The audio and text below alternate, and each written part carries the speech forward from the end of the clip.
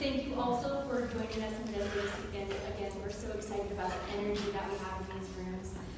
Just the excitement of being around other people with the same passion, the same hunger for that education and that knowledge that we all have. That's something so special to share. So a few quick housekeepings. Again, keep your phone off if you can, please. If you need to make a phone call, please step out of the room. And we just want to be silent so let's listen to us offer her knowledge. Your continuing education credits will come from that evaluation system that we talked about. Again, remember, you can hit the save button and you can access that later, or you can sweep it up on your phone and it will probably be fine. You can also access it from your computer later on. And then another housekeeping item, we'll do a 10-minute Q&A. All your sessions will be that way. And then I have one question from Wendy. Thanks for bringing this up. At the end of the conference, we'll be providing all of these slide decks, except for the ones that we kindly will not provide. So some things that told us nothing. But we will be able to provide those to you guys at the end. And then finally, often in our industry, terminology can be challenging. We're all using different things to talk about the same thing, maybe even different things to talk about different things, right? I hope so. And we've got lots of different terms in different parts of the country. And the ACNA, we made it our decision to talk about cannabis as hemp and high THC cannabis. That's our distinction factor. But the speaker will use a different term. So that's all of our housekeeping. I'm going to go ahead and introduce Elisabeth, our speaker for this section. Elisabeth Mack founded Holistic Caring in 2016 to bridge the gap between traditional and cannabis medicine through education, guidance, and supportive care for patients. An educational provider for the California Board of Registered Nurses, she professionalizes medical cannabis by equipping healthcare providers to have necessary conversations with patients and to approach cannabis by emphasizing holistic and functional medicine. Her background includes a decade of working in hospitals where she specialized in psychiatry, diabetes, and medical units. Prior to starting Holistic Caring, Elisabeth spent 20 years in operation and sales management of several health insurance carriers. She believes cannabinoid medicine offers a chance at healing, comfort, and wholeness in a more holistic, economical, and empowering way. Elisabeth earned her MBA degree in Healthcare Administration, a Bachelor's of Science in Nursing degree, and a Bachelor's of Arts in Psychology. She is also a member of the Society of Cannabis Clinicians and has served on the boards of the ACNA, Los Angeles Normal, and the San Diego Cannabis Chamber of Commerce. Without further ado, Elisabeth.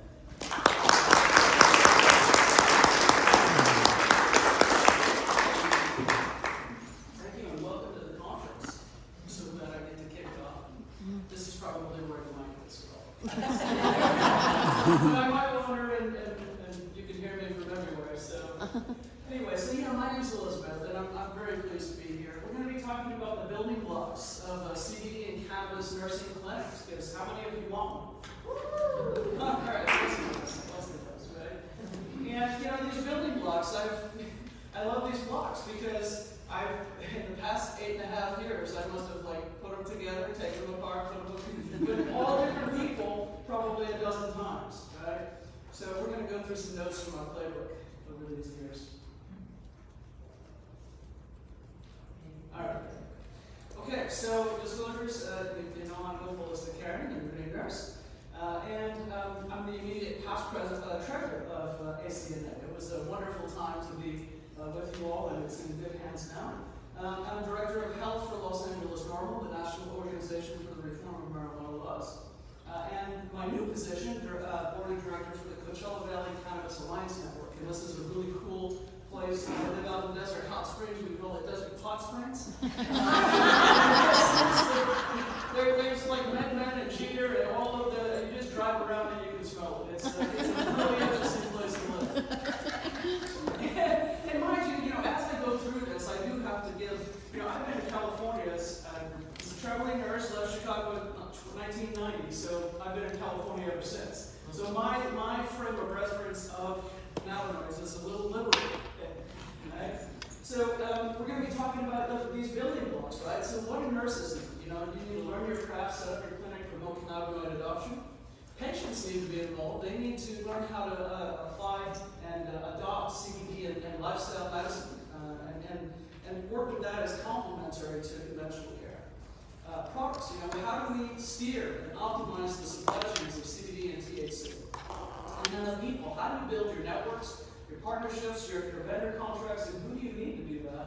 And then how do you put it all together to really, you know, my goal is to change the paradigm of healthcare, right? I spent my first 10 years in hospitals, the next 20 years in insurance companies, and the last 8.5 doing this, right? And we know healthcare is broken. In fact, I want to start there. You know, what is your why, right? Everybody's got to have a why on why we're here in this room to learn this, to be the game changers, to be the catalyst for our patients. Half of all nurses are considering leaving. You know, in the next year, 31% are planning to leave. Compassion fatigue, burnout, staffing, futile care, unmanageable workloads has really taken the toll. And patients, of course, are sicker, costlier, and they're chronic. The higher encounters don't solve anything. Right? We spent $4.5 trillion in healthcare costs now. Right? The average employer premium is $13,800 a year. Employers are going broke. Employees are going broke. And the higher encounters don't do anything. Out of the 50 developed countries in the world, we're still placing 46, 48 in outcomes. Chronic disease management, infant mortality, life expectancy, we're going the wrong way. The pills and procedures, they traumatize patients. We all know how many people have been traumatized by this. And prescriptions that we all know in nursing school, 4 weeks is a good course of treatment, right? These people are on these 4 years. I've seen 40 years. Right? And now, in 2021, 100,006 overdoses from drugs. That's 274 people a day. That's 11 in an hour that we're going to be here talking. It's unmanageable. And there's no root cause for managing chronic disease and healing for cancer and chronic pain and neurodegenerative diseases, neurological conditions, autoimmune, metabolic, mental health. Patients have no way out. How do they get out of this? We know that they need another way, and that's why we're here. We have to instill this. Cannabis can be a solution. It is a solution for many of us. And 70% of Americans now live with our 38 legal states in a medically legal program. A lot of them are very just initiated, right? They've got the checkbox, but we know that nothing's really happening, just like about 44 global countries all around the world as well. People-powered advocacy began 27 years ago in California. Prop 215, I cast the vote for it. I was very proud. It took me until 2015 to get my vote. Yeah, it was a good time. And that was in the wake of the AIDS crisis. And then cannabis is medicine reminds with the innovators. We're still right here for medicine. Right? And the people-powered advocacy was led by the epileptic kids and Charlotte's Web. And thank God that all of that happened. And Sanjay got involved. And we got things going, right? But we're still sitting there, and we need systems and ecosystems to really help people discover the benefits of medical cannabis and how to incorporate that. But it's not without its problems. The FDA is in the way, obviously, right? And what can cure, treat, prevent, and mitigate disease? Only FDA-approved medications. Right. And we know the process to do this, and it's become a little bit dirty. All of you need to read the book by John Abrams called Sickening, on how the pharmaceutical industry has taken over healthcare. And for the past 40 plus years, is controlling all of the clinical trials and the data that comes out of it, scrubbing the data and training physicians from that. They're not getting raw data anymore. They're led by marketing companies. And so this is stalling progress, and how many of them want to focus on non-pharma companies? None. Now, cannabis. 80% of the cannabis companies don't survive. We know that there's endemic problems here. We've got over-regulation, over-taxation, an incredible illicit market, and then 280E. Who ever heard of starting a business and not being able to deduct ordinary expenses? So what if there's another path? Right? A medical door can diversify the risk and solve the chaos from the adult use green system. And that's really what we're going to talk about, right? We know it's there. Anybody who's been in cannabis for a couple of years, you know what's happened in adult use and medical use. So I developed something called 4Ds and the 4Ps, and I talk about it everywhere I go. So the 4Ds, disconnect.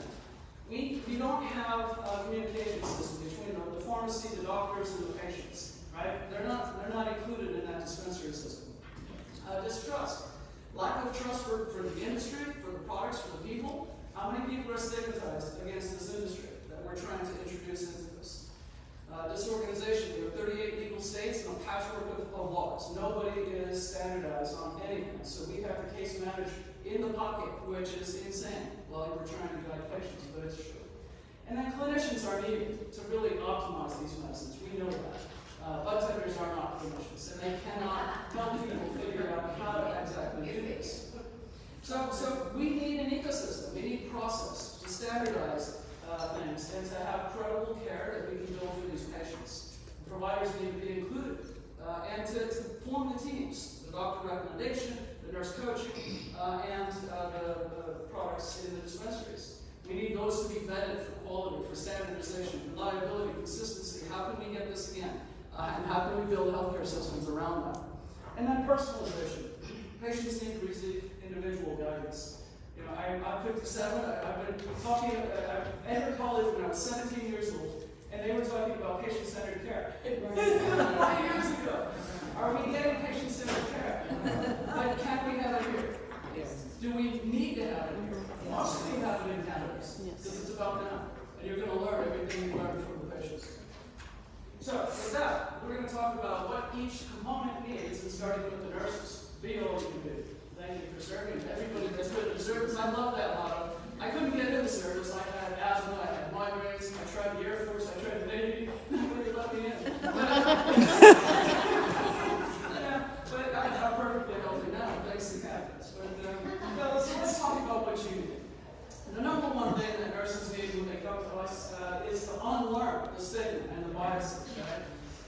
You have to be the catalyst for change for these patients. You have to help them interpret where they are and where they're going and how to get there. And then you need the basics in your curriculum, right? So we need the history, the endocannabinoid system, and pharmacology and safety. Next level, how do we treat conditions, and what kind of different cannabinoids might we want to fold in, and how do we compare conventional care treatments with cannabinoid therapeutics, and start to bridge that gap. And look at interactions and protocols. And then the icing on the cake is the functional medicine, right? We have to put together the lifestyle medicine because that synergizes with the cannabinoids to bring them back to whole person living a lot faster. And they think that the cannabinoids are working, and they are, but you gotta have them work together. And so that's part one. Next thing, join conferences, attend, become a sponge of all the knowledge and the content. There's so much out there to learn. When I first got in here in January of 15, I was introduced at my chiropractor's office. Having my second shoulder surgery, she was using CBD and oil, giving him a medical massage. And I'm like, what is this? It smells funny. She said, it's cannabis. I'm like, why are you putting cannabis on me? And she said, it's anti-inflammatory. It's going to heal your pain and get you back to that pre-surgical arm faster. And I said, okay, sign me up and tell me more. That moment, I drove home from the chiropractor, went to the library, started checking out every book I could on cannabis. Next thing you know, I'm being introduced to a dispensary. This woman's boyfriend had a dispensary in San Diego. I was studying with him, and then I find out there's a pot doc coming down once a month to write recommendations, and I'm studying with him. Next thing you know, I'm joining Women Grow, and I'm at NCIA, and I'm at, etc., right? That's the path. You get excited about this, and then you soak up all that information, and then as you go into these things, the best thing is the networking. Who's doing what you want to do? What's working? What's not? How do you accelerate your learning curve, and then the options that are things that you might want to avoid? You need to learn them. Okay, so back to your office. When we set up your office, what are the things you're going to need to be successful and run there? Well, first thing you're going to need is your phone system. Right? Most people have an iPhone or whatever, and that can take your calls. That can be your number, right? Then there's a sideline. So my original thing, I had a sideline. It was like 50, 60, 75 bucks a year. Now they go up a little bit every year. But it'll give you a second number, so it's not your personal number, right? And that's important for these solopreneurs, right? Which is how we all start. And then, I gravitated now to AirCall, where I can staff up and have 100 nurses on a nurse line. Right? And there's everything in between, and of course different costs. But just know that no matter what you want to do, it's possible. Right? I've already been doing it. And then you need a computer, a printer, general office supplies, and a whiteboard. A whiteboard is a really great thing because you're going to get ideas. You're going to be on Zoom with somebody. You're going to be like, let's flesh this out, and it's right behind you. You can start getting energized and putting things in paper. And the printer, I can't say enough about having a printer. When you have a good printer scanner, right, because you need to sign documents. Somebody sends you something, you need to print that, you need to initial every package, you need to sign that, scan it, put it back, right, and then file that in your CRM. So your EHR for your chemical plant records, you're going to need that, and a lot of them are included in the scheduling software. So when I first started, I used Acuity. Anybody hear of Acuity? AcuityScheduling.com. It's the best way that is cheap to start out. $16 a month, you get your EHR, you get your calendars, and this gives you the link that you can build on your website so that people can book an appointment with you. And they give you up to $27 a month for 6 users, and these are the latest prices. So, that's, if you've got a few nurses that are going to do this together with you, that's an ideal situation. We've since moved to Zoho. Zoho has a big CRM, and we have Zoho One, which gives us Zoho Meeting, but of course you're going to need Zoom. You can't do everything in Zoho Meeting, but you need your meeting software. But we have Zoho, WooCommerce goes into Zoho Books, and that goes into bookings, and that will trigger appointments, and the nurses all get copied on the calendars, and then everybody's notes go in there, and it's all compliant, and it's beautiful. So you can go big, you can go small. Acuity is a perfect way to start. Okay, so when you go to the bank, what do you say you do?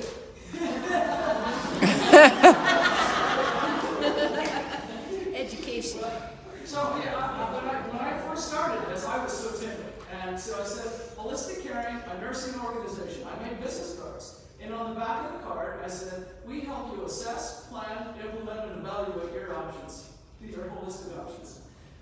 And that was it, with my name and my phone number. And that was perfect. And every time I go to the bank, those are the cards I use. Because they can't know anything about cannabis. They don't, it's, we're not there yet. And merchant banking is what you need for credit cards, right? So PayPal, Stripe, Square, I've lost them all from 3 different emails, right? Seriously, I'm on I have authorized.net through CBD banking because I got tired of being shut down. Right? So now I'm under where I can always talk about this and actually work in CBD as well. So obviously you want to support safe banking. It's in legislation again right now. 280E is a real thing, and like I said, you can't deduct anything other than the cost of goods sold as a cannabis business. And so that will tell you why they're not investing in the future, they're surviving. But we really need to fix safe banking has passed the House 7 times. And it won't pass the Senate, and it's all political.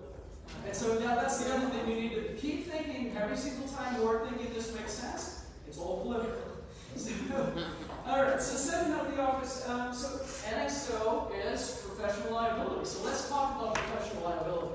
This is a quiet one. People are like, is it worth it? Should I buy it? No, it's medical malpractice, right? So when you're covered at a hospital, you're part of their policies. You do something that gets screwed up and patients harmed, the hospital is going to work with you and make sure that everybody's brought back to whole and indemnified. And here, what's covered, right? So I've had an NSO policy ever since 2015. I've got my no loss report, which is what you're always going to need if you're shopping. And we're nurse educators, nurse coaches, right? But is educating on cannabis and covering peril under the policy, right? And what is a peril? A peril, on insurance terms, is when a patient has a loss or harm or injury that costs time, money, or life, right? And so is this a peril that's a covered charge, a covered service? Are we allowed to be just talking about this? And then they're like, well, there's Schedule 1. This is federally illegal. And then I dance with these people. I've gone back to them a bunch of times. And said, we need to do this because the patients are using this. And every patient deserves a nurse. And if we can't talk about this, who is? The blood centers, the dispensaries are not the answer. And so now they're just like, well, there's no current standards of practice, and we said we're building them, and that's what credentialing is all about. And this is what we got to do. We got to go into ANCC so that we can say we are doing this in a professional manner, and give us insurance coverage that covers us properly for these risks, and don't rape us on the charges. Because that's the other thing. They're like, okay, we'll give you the doctor recommendation policy. That's $5,000 a year as opposed to $500. Yeah. Right? So yeah, and right now I'm trying to negotiate with a new carrier group level coverage, right, for our network, because people are trained, and if I can practice, and here's the objectives and mentoring that they've had, then can we create that security with the insurance carrier that we're not going to be out and be reckless? So it's a process. Your website design. So this is the fun stuff. It's always great to design a website. You get to do your homepage, choose your colors, put nice images, pictures of cannabis leaves, nurses, whatever. You get to just, the sky's the limit. You can dress it up, dress it down, minimalist. But you're going to need a scheduling or booking page, your payment integration, so get say from WooCommerce to books, and then record that in QuickBooks, etc. Learning materials. How much do you want to put out there that patients can self-study, and then what do you want to cover in your appointments? A shop page if you're going to sell any products, and then an about us, build your credibility, assuage their fears, tell them that you're for real, and that you know what you're doing, and then of course a contact us page so they can get in touch with you. You're going to need to develop a campaign for email and socials, and then writing blogs for SEOs. And then some people ask me, should I buy a list and send out, a message to the list? And I always say no, because those list people, they want at least $1,500 for a list, and it's going to go to spam, and don't bother with that. So I'm telling you right away, don't buy a list. But writing blogs for SEO is something you're going to want to do. And this is key to education, and that's how we're going to increase people that are willing to take the chance and risk adoption, and then you are then key for optimization. But writing for SEO is just looking at what people are searching for, and then making sure your newsletters cover that, right? I just went better. Let me just do this.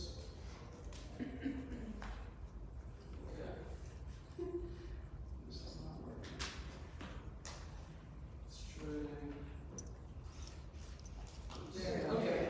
Yeah, it just got stuck. So, and then create SOPs. So everything that you start doing in the workplace for your business, you want to write down, because eventually you're going to want to train people.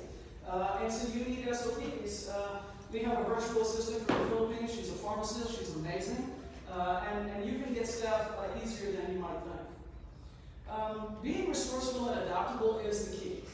Flexibility. Being an entrepreneur is the root. How many of you worked in hospitals a long time?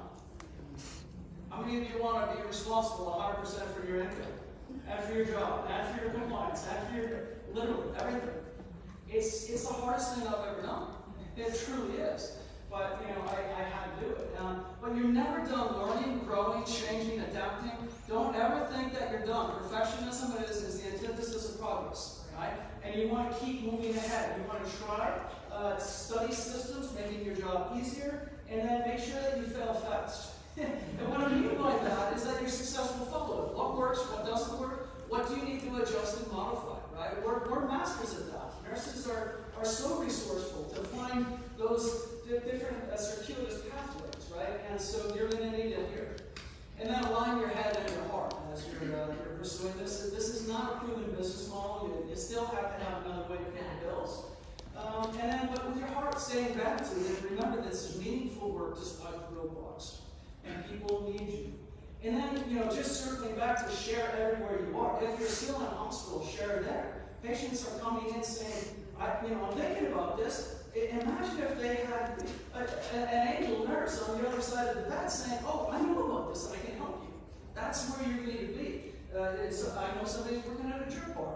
Integrative health care centers, oncology, pain management, psychiatry, rheumatology. Every single one of those divisions needs you to step up and be that person that knows something that can help those patients. So you could be working this right where you are. And then if you do hang out your own shingle and you set up your own shop, keep your pulse on the industry with an ongoing search in Vax or Indeed, and see what kind of jobs are out there. None of the jobs are for nurses, so I'll tell you that right now. Right? They're not looking for nursing, but compliance, you guys can do that. You can do marketing, manufacturing, media, cultivation, curation, bud tending, events, safe adult use, teaching, events, curated dinners, keeping people safe, explaining how this all works, right? The sky is the limit, and if you keep looking at some of these places, you're bored anyway. I mean, you want to be doing this, and you can still share cannabis nursing principles in all of these things, right? So, and you're never done changing. That's the other thing, right? If you go to my LinkedIn page, you'll see my resume. I have my full CV there. And even though I started holistic caring in January of 15, fully developing in 1 year later, but in 2019, I was Director of Clinical Operations for True Pharma, which was a vertically integrated California dispensary. And I did all kinds of things, building up their whole supply chain, putting their dosing formulations, it was amazing. And I took that into a little bit of a break, created my programs better, and then I went to CANA and helped them build their clinic in Canada, America. And then they're having trouble with money. Nobody in cannabis has money right now, so everything is sitting on your hands because you can't do anything. Right? But holistic caring's back, and I'm seeing patients again. See, that's the hat you need to wear. You need to be so adaptable as you're going through this it's like I spent a lot of years in sales. Remember, I was only in hospitals till '96, and then I was in insurance companies. And what's the rule in sales? Next. You just don't roll off your back. And the next. You gotta have the next day. You gotta keep that attitude that it's always just something that's right around the corner. So what do patients do? First thing I always tell patients they have to do is take responsibility. This is, we have to teach them value-based health chosen outcomes, right? Their path is in their hands more than they realize it, and we are some of the first people to tell them that. They don't get it. This is different than taking pills and hoping for the best. So first thing the patients need to do is learn that. And then in legal states, they need to go through the qualifying conditions and then get the pop doc recommendation. And then what's after that? Now what? Right? How many patients get the recommendation and say, now what? Nursing. Nursing is the now what? You are. Patients need a foundational knowledge to stay the course and insist on your process of a full appointment when probably 90% of them and go through this. They just want product. Oh, no, sweetie, just tell me how that CBD works. And how much of that dropper should I take? Well, just take a dropper twice a day. What is that, 10 milligrams per mil? It's 100 milligrams per mil. Is it full spectrum or is it Western? Right? All of this stuff matters, and they have to have agency, and they're never going to learn this if you don't teach them. And then take them through appointments, right? So appointments get in person and telehealth by phone. I've done them all. But they should always be done in private. And get that person to talk and to trust you. Because that's how you're going to get them to tell you what's going on with them. And then a good intake system is your best friend, right? So you need an intake system. Sherry is the best nurse on earth. And the Green Nurse Intake System, literally, it might be 5 pages, but there's everything that we need to know so that when you get to that appointment, you already know what's going on with them. You know what to teach them. You can pull in the links of things that you want to share with them, and share some products that you might think will be helpful. Do we want to discuss these minor cannabinoids, CBD, CBG, CBN? How do we talk about that? What are you using? What's working? What's not? How are you sleeping? What are your pain levels, etc. Right? So once you know all of that, then you can have a better appointment. When I first started seeing patients in real life in 2016, I did 3-hour appointments. And they were all palliative care physicians. I got in with a physician in San Diego that made me part of his palliative care practice. And that's part of what you need to do. And then create a 101. So I always created packets on the basics of the endocannabinoid system, a little bit of prohibition, the renaissance in the current legal framework so that they know it's legal where they are. Right? Think about NCSBA Guideline 1, the legal medical marijuana program and how it applies in your state and your jurisdictions. Then the ECS, how it works in the body, the plant, break down CBD, THC, talk about them as the power couple and how to utilize them together. And then the minors, and then always the pharmaceutical cannabinoids. These cannabinoids exist, they are synthetically making them for these conditions, and here's why, because they work. And that's why, and then you talk about endocannabinoid deficiency syndrome, and how all of these are going to bring them back to balance and supplementation. Then you need to teach them the different routes that are available in dispensaries, right? So, tinctures and sublingual and inhalation and topicals, transdermal suppositories, what's available, what's not available, how they get them. If they're not available, your case managers, right? And then teach them on stacking. People are like, well, which one should I try? Well, you need to buy these 5, and here's how you're going to use them, and when, right? Because we want to talk about short-acting, long-acting. We want to teach these people What is their goal? They want to stop pharmaceuticals. They want to progress in their life. And so we have to give them the tools. And this is a toolkit, right? That's what I always describe this as. This is your toolkit of healing. And we need to help you be successful. So then we talk about safety, timing with their activities of daily living, their job and their work environment, driving, childcare, drug testing. How do they work around that? And what is the latest? Because those are always changing. There are more favorable law, but it is still punitive in some cases, especially for nurses. We're in a safe, like commercial drivers, and we have to have that safety, right? So depending on what kind of job you're in, they're still tested.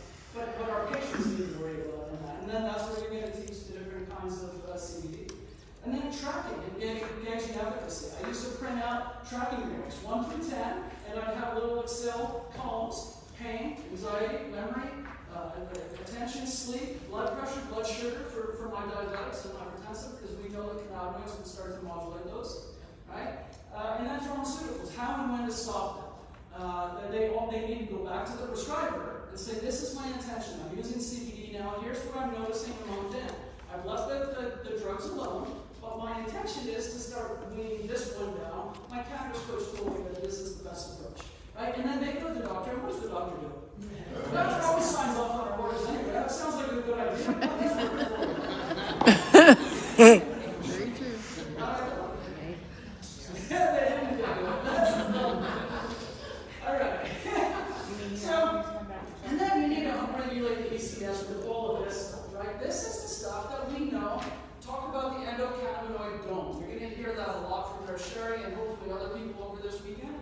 But this is what we do to modulate the microbiome, the nutrition, the lifestyle medications, the meditation, the prayer, connection, setting boundaries, asking for help, working on that biopsychosocial spiritual. Right? Most drivers of health sit outside the conventional care matrix and are modifiable by us. So how do we evaluate decisions to take better care of ourselves? What do we need to do to align with our higher self and do this? And then some patients are going to need protocols, right? So if they have cancer, they're going to come to you. I need to take a gram a day for 90 days. No, they don't. A ceiling of 5 milligrams per kilogram is great in an outpatient level, right? And working with mainly CBD, but there are different ways. And then seniors. Can seniors use THC? Pull out the experiments where they gave them Dronabinol, 2.5 milligrams at bedtime, and the nursing home was calm again. Yeah. Right? And then CBD. And how do we lead with that? And talk about the minors and using the marketplace that you can get. So medical versus recreational, all use is beneficial. People worry about getting addicted even at 80. And you told this, the dosing that I'm walking you through is going to promote wellness, not addiction, not tolerance. We're going to take care of that. And then talk about the industry and how this is changing. We are at the emergence of the ECS, and therapeutic potential for all diseases. Paul Picard quoted that in the NIH patent, saying cannabinoids have neuroprotective antioxidant potential in all diseases back in 2003. And we know that now they're also making biofuels and hempcrete building materials, right? Anybody ever see a hemp house? It's really cool. And you can make them modern, and they can't get destroyed. The elements are not going to destroy a hemp house, but of course, hemp shirts are incredible. And now we've already had 500,000 new jobs just in America. So that's the other thing. This is a current $26 billion economy, run in cash. Not all of them are. So if you go into Leafly, and there are things that you can get all of the data, plant touching versus non-plant touching, and it's about split. It's a slightly more ancillary and non-plant touching.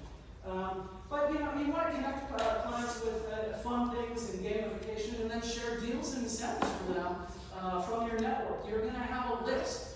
Going back to that CRM, some people are going to be business contacts and networking. Some people are going to be your patient list. Some people are going to be providers and healthcare people. Some people are going to be your affiliates if you do something, right? So you're going to keep people updated and know your customer. Understand your customer so well that your service fits perfectly and basically sells itself.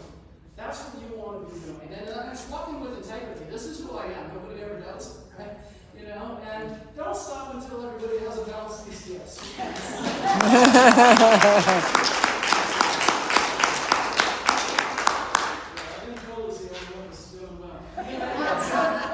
The thing is, when people ask me, who is this appropriate for? There's 8 billion of us on the planet, and every single one of us has an ACS. Every single one of us can respond to these plants, and almost every single one of us that are aging, stressed, eating processed foods, not sleeping enough, etc., taking pharmaceuticals and drug runners are not healing. So we have a lot to do. So, products. As we get into the supply chain, you're going to have to be resourceful. Just like doctors, we need to see CVS and Walgreens so that we can send patients to recommended products that we can trust. Having a supply chain you trust is critical. You have to be able to create a marketplace with vetted products that you can endorse in your local neighborhood. So for me, you know, I started in San Diego, and from 2016, 17, 18, 19, I had my own dispensary. So I was able to run the whole vertically integrated buying wholesale, working with clients. I had nurses, they all had little kids. It was cool. But Prop 64 happened, and I had to close, and I wasn't able to keep that. But I believe in this campus HMO. That is what's going to happen. But you need to do your best to make sure that you're getting full panels and third-party lab verification, batch testing, QR codes on the bottles and the boxes so that you can know that's in that batch. And then sound business, transparency of the people that are making the medicines. Who are these people? Are they setting, how many people have been in a house where a senior was set up on a CBD ownership that they couldn't cancel and you can't even find a number? Yeah. It's horrible. So CBD shows. So you can have either the national ones that are online, many beautiful have online, or you can go to your local farmer's market, everything in between. But you have options, full spectrum, broad spectrum, know when to use each. And then the minor cannabinoids, isolates, botanical blends. There's so many things just to start with there before you even need to cross into THC with most of these folks. And then THC, which dispensaries carry medical products? Your weed maps and Leafly are the search engines to help you find your way through. But patients need lower levels of THC. I mean, you go into a dispensary advertising 35%, and what's your limit? Next. You just have to leave, right? Because, and they don't have, and I've seen it in California, right? I mean, we have all kinds of beautiful medical products and ratio tinctures and care by design was thriving, and then it all fell off. And now we've got edibles, inhalation, maybe a topical, but they're just not committed to this anymore. And so it's hard, and delivery may be an option, but some people just have to go to the shop and drive. So you have to build a local presence in your neighborhoods, visit the shops, and then determine the best product selections, right? And say, I need to know who I can send patients to, and be upfront with them. Because then they'll say, okay, well, tell me about your market, and how many people can you send here? Because they're just transactions, right? So you form a relationship with them, and then say, I might be able to help you improve your inventory for medical patients. If you're interested, we can maybe work together. Well, those things didn't sell. Well, they didn't sell because you weren't educated. If you're not educated, how are they going to sell? If people are coming in here looking for high THC to be, you need to say how this is medicine.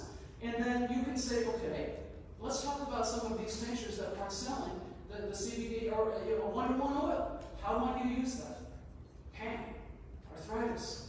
How does conventional care treat arthritis? How can cannabinoids maybe help, and pull out a research article to plug in there, and then say these products might also help to alleviate that. And you write it, and now they sell. And then you're there working with them. Then you present a one-on-one to their clients. Once a month, you come in and do a nurse pop-up, right? You get 20% of the sales that day. You have to negotiate those things, right? Because why are these products selling? Because of you, right? If you go in and you do some education, you need to get some of that. And then leave your business cards for them to send their clients. They will send them. The bud tenders are not clinicians. They don't really want to talk to the 75-year-old guy with a neuropathy standing there saying, what do I do? But make sure that you send the clients back to reinforce trust. Because if they send somebody to you and they don't come back with an order, guess what? You're not getting any more clients. Right? You have to create these reciprocities in your relationships. And then patients lose faith because they're not optimizing dosing, right? You are the key. How many people say, I tried CBD, it didn't work? We get it all the time. And then, what were you doing? So this is the phrase that I want you guys to all memorize. Nurses promote adoption, retention, and optimization by adjusting dosing formulations and giving support. We help patients see the value of cumulative dosing. And what does that mean to a dispenser? What does that mean to a CBD brand? That means continued sales, right? And if you put this on what your objective is in this job application, you might be at the top of the list, right? So study, keep up with the innovations. This industry is changing rapidly, and there are all different kinds of ways that it's going. And there are no pharmaceutical reps, you're it. And I hate to say this, I mean, remember when pharmaceutical companies used to hire nurses? And then it just went to these cute girls? And it's the same thing. So like, what smart nurse can be out there steering this industry? Okay, this is a little bit controversial, but it shouldn't be at all. Affiliate channels. Nurses tell me sometimes, well, there are stark laws, I don't want kickbacks, I don't want any commission for selling CBD. It's not a conflict because you are customer service. These CBD brands, CBD is not even just selling anymore. It has to be bought. It has to be sold. People aren't just buying it like they used to. It's not that same craze. And so you have to be the customer service and be transparent to your clients. And then the other good thing is that most of these CBD companies, they set a standardized rate of commissions. I ran sales around the Blue Cross. We paid 7% commission to brokers that wrote small group employer coverage. So did Kaiser, so did United Health Group, so did Sharp, right? So everybody does the same thing, and it's the same thing here that prevents steering, right? So nobody's going to say, I'm going to move you to somewhere else just so I can get a sale or whatever. And then those who gather, analyze, and collate data and information for patients to wisely choose products should be paid, right? You are a consultant. You are helping them save time and money. Are they going to try those 6 other things first, or are they going to go to you, right? And then here's the thing. There's no harm in earning money for products to add stability to your business. If you can't pay your bills, you won't stay in business long enough to help serve others, right? And I've been running Elisabeth all these years. Having some income on products subsidizes the losses on the coaching, right? This is cost shifting 101. And we need to, it's a business, and so you have to run about that. And what kind of people do you need to put this together? Well, higher help can make or break you, so be careful as you're talking about this stuff. Attorneys to help you form your business entity. You want an LLC, an S Corp, a C Corp, you want to just be a sole prop, you need to have that, maybe if you want to file some trademarks. And then business legal services, right? There's always legal things that come up that you need an attorney for. My guys on speed dial sometimes. Set your pricing, right? So you get a CPA to help you with this for your taxes, your bookkeeping and accounting, but how do you price what you do, right? So there's 2 ways to really price things. You can do cost pricing. What does it cost me to develop this service and market it? And what is value-based pricing? What are other people that are doing similar things charging? And that's where we are. We're not making widgets. CBD folks, they need to know exactly all the components of the pricing. We say, this is what we do, we've had this much education, we deserve this rate. Right? And so you just got to do something that's sustainable for the patients. And then HR, when you're able to hire, then think about 1099 versus W2. Most people are contract employers, and we're all gig economies. COVID changed everything forever. But you're getting into the onboarding process, employer reporting, sending the 1099s to January every year, making sure people report that. And then web design. So we talked about your website build. Now these are the people who's going to do it. The same person that can build your website will also do your branding, your logos, your collateral. So what sets you apart? Your one-pagers. What's your secret sauce? What do you do to help people save time and money, improve their health, reduce costs, and live a better life? Right? So showcase your offerings. IT. Everything runs on tech. I've got an operations manager. You can't live without them because I don't want to figure that stuff out. Right? Like these integrations and connections and zaps, forget about it. You've got to hire someone that understands this stuff. But make sure it's functional and clean. And then marketing. So you're going to need somebody to do like your email campaigns, your CRM, SEO, socials, PR. One of the best ways to get publicity is some PR. So try and put something together with somebody else and create something. But choose wisely, as client acquisition costs are high. And they need to be evaluated frequently. Marketing is expensive. I can't even tell you how much money I've spent with marketing. They all think that you got a brilliant idea and they can get you clients like crazy. But we haven't really built the market yet, so don't trust them all. Right? And then, customer service, you're going to aim for excellence, but we're all working from home. We've got VAs, we're doing our best. So, of course, you're going to always aim for excellence, but be realistic. And, it can get expensive, right? This page, $3,000 for your web design, your IT, your marketing, your customer service, that's $12,000 a month. So, what are you bringing in to sustain that? Couldn't you keep your shop open? Like, seriously. And then, how do you contract for that? So, your greatest asset is your reputation. I've said this for as long as I can remember. My greatest asset is my reputation. When Pacific Air decided to close and lay off the entire individual system, I was known and I was picked up by Warner Pacific. I left Warner Pacific where I was a rubber sales consultant running insurance for all these, and then I got picked up by Anthem Blue Cross. The guy came down to San Diego, took me to lunch, made me the offer, and then I ran sales for that. So you want to always make sure that people know who you are because it's the best way to get referrals. And this is your cheapest marketing, right? You make sure your clients always have a way to contact you and to get business cards, flyers. Once people know, like, and trust you, they'll refer everyone to you. And that all of the people on this list are your centers of influence, right? We don't need to go through each one of them, but this is the referrals. You send business to them, they'll send referrals back to you. And then guess what? You can do a community 101 fall summit, right? Where everybody gets on the stage and talks for a half hour. And you all share their costs, right? That is the way to do that. And so, can you present at your hospital? Can you present to some medical groups? If you can get doctors that say, I'm not going to do this, but now I know I can trust you and I'll refer people to you, that would be great. And then home health, palliative care, all of these centers need CBD desperately for their patients. Many of them are willing to try it. And it's just a matter of making that introduction. So, and then insurance carriers. Some of you are on health plans. Work with the disease management or comp. I can save you time, save you money, reduce some of the use on biologics, reduce procedures, reduce admissions, and that's the kind of discussions they need to start having.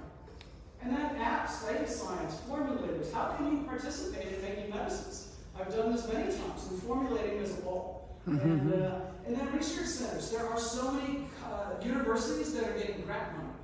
California just got $20 million in grant money to do different programs, some of it on public health and safety, most of it on compliance and the illicit market and how to undo that. And then business news. You need to be studying MJ Biz Daily and Cannabis Business Times and things like that, because that's how you find out where the industry is going. And some of them will send you a hard copy subscription. I love my magazines that I can read on a Saturday. And then, lovely enough, participate in clinical trials and research, DNA data science, and then AI technology data-driven formulations. This is where it's going. I was working on this with my Australian partners, right? Isolated the different cannabinoids, how do you put them together, how do we make these patentable things, fold in other things, and literally make things that are going to treat refractory conditions. That's where it's going. And we know the potential of this. So get with some smart people and get on those teams. Okay, put it all together with faith. I always study our northern neighbors. Canada legalized medically in 2013, legalized adult use recreation in 2018, federally, right? The whole country. So they should have been going like anybody's use. But look what happened.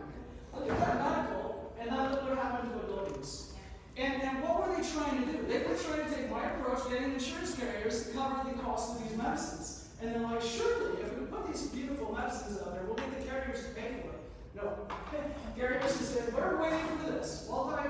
Randomized controlled trials to demonstrate the safety and efficacy of cannabis. And they're waiting for that pharmaceutical data. And because of Schedule 1, we're still waiting.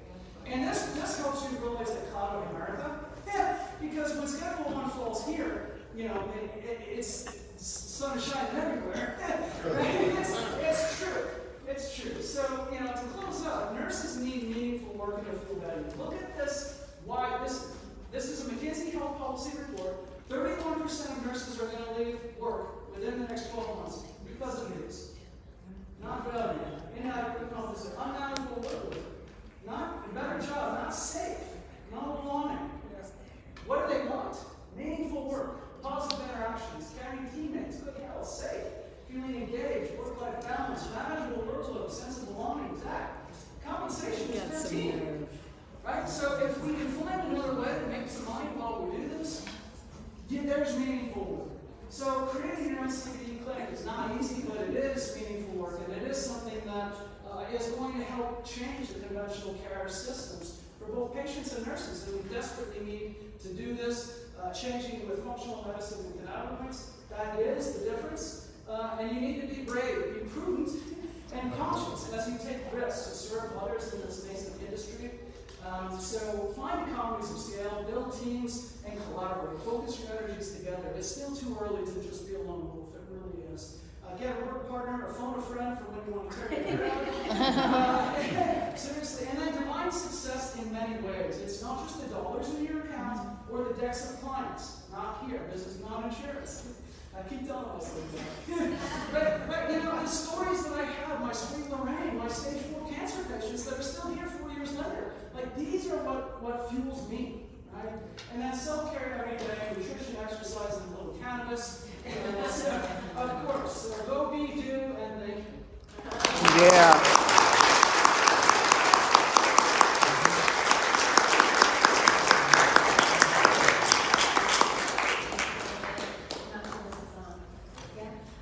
Questions? Raise your hand. Hi, my name is Damon. I had a thought about when you talked about getting NSO and getting coverage and such. Would this also kind of classify as being elective? Because I know with those that do the aesthetics, the Botox, the fillers, could this also be, I mean, I have my clients sign knowing that, you know, they take responsibility and will that still hold up in court a lot? Well, so as far as protection, so like with the liability, you have to have your patients sign a disclosure that this is educational in nature, not creating a provider-patient relationship, and that they are taking full liability for a bunch of things. And if they're on my website, look at an intake form, it's at the end. You know, you have to do that. But you know, as far as getting things covered, we're a long way off. But some, like when we're talking about work comp, we can look at step therapy. Nothing else is working. Cannabinoids are now brought in; they're covered. Some of them we're going to start paying for. I think that was part of the first question. I wasn't sure if I heard everything clearly. Yeah. A couple of times, though. So, Sherry, I haven't seen your intake form, but ACNA might want to think about adapting something like that, because the data, if we're using the same form, we can reasonably correct the Yeah. information. That is so huge. So Can someone email that to us? Yeah, and I've done. Email it to me. Yeah, and I have pediatric intake forms, so I'm also a pediatric nurse, and so I've been taking care of thousands of kids. So having that pediatric intake form, you know, taken and actually working with a couple of pediatricians in Massachusetts. And this is what we need to do to standardize, right? Yeah. Standardize our site, standardize the medicine, standardize the approach, standardize the training, standardize what we're teaching patients and training nurses. I have it all set out, which is why I'm going to insurance companies now saying give us professional liability coverage, because we've addressed everything that could concern me. the other thing I think we could use a lot is therapeutic cannabis as opposed to medicinal cannabis. This herbal medicine, it is in our domain, as opposed to, you're not a doctor, you can't do this. So that's a big key. And yeah, the Schedule 1, no matter what we can do, we gotta get that. When I was doing courses in Canada, once, it was before and after, once they legalized, easily 300 nurses, every place I went, you're getting them. And here, they have something like 600,000 nurses. We have 4.2 million nurses now. And we get, you know, 100, we should be having thousands of things. So, I mean, every one of us needs to keep pushing that Schedule 1 and Schedule 2. Thanks.